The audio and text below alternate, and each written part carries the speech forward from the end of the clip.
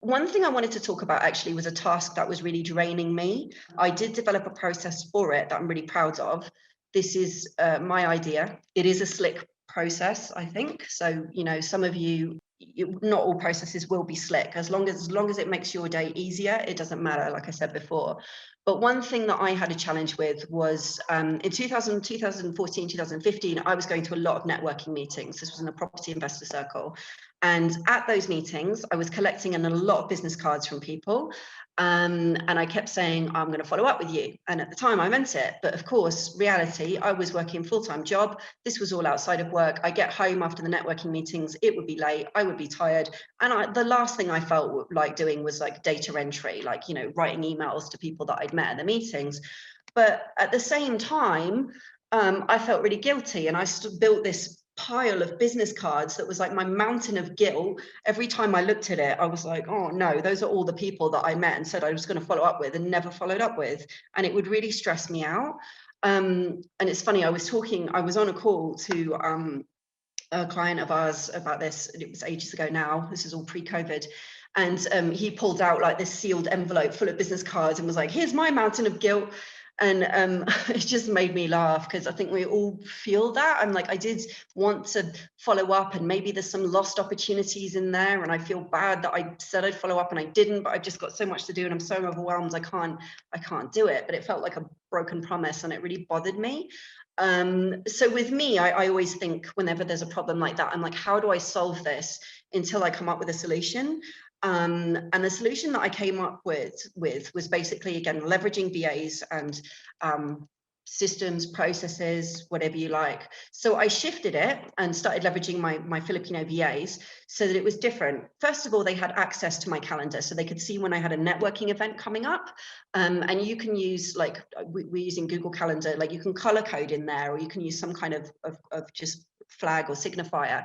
So, they would know that from the color that this was a business event, and they would need to be on standby for the follow-up tasks from that event. And then what would happen is I would go to that event, I would start collecting business cards, as I usually would. If a contact was particularly important to me, and for me and my business at the time, an important contact would be someone who would say something like, I want to speak to you as soon as possible about hiring a VA, or just, something like that. There's generally a couple of types of people you'll meet at a networking event. There's someone, they're very nice, they say what they do, they say what you do, you can't see any synergy, fine. And then there's this other person where you're like, oh, we might actually be able to do some kind of collaboration or business. This is interesting. Those collaboration people, I would just mark VIP actually on the business card. And then whenever I had a moment, whether it was in the talk or I had an opportunity where I had 5 minutes, I would take photographs of that business card and I would send it to my VAs, and that would trigger a sequence event. First of all, they would send out an email, which I'd already written in a template. They know what event I'm at because they can see it in the calendar. So they can say, Dear John, they can get that from the business card. It was great to have met you. Name of the event, they've got it from my calendar. And then they'd use a template from me talking about my business, how I work with people, what problems I solve, social media proof, like, podcasts, customer testimonials, etc., maybe FAQs, and a powerful lead magnet. So we use the 500 tasks to delegate to a virtual assistant because John might download that and add himself into my mailing list, which will be fantastic. And then as a secondary step, that VA would also send John, imaginary John, connection invites from my LinkedIn, from my Facebook, Instagram, anywhere else that I could find that wanted to connect with him. Even if he wasn't necessarily to do business with me right now, just by following my business journey and knowing what I do, he could either come back in the future or start telling everybody, oh, the Freedom Geek are the VA people, if it came up in conversation, because he's aware of us because we've connected like that. Then the VA can put John in my CRM together with notes that I've made on meeting him so that I can reference him in future.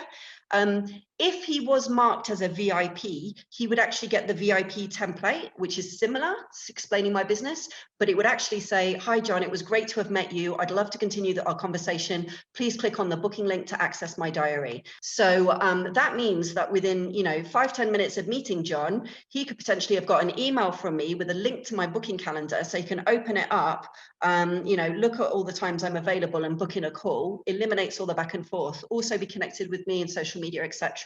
So probably people in the Philippines would actually be asleep in the UK evening, but even so, they wake up way earlier than us, and John would have it first thing in the morning.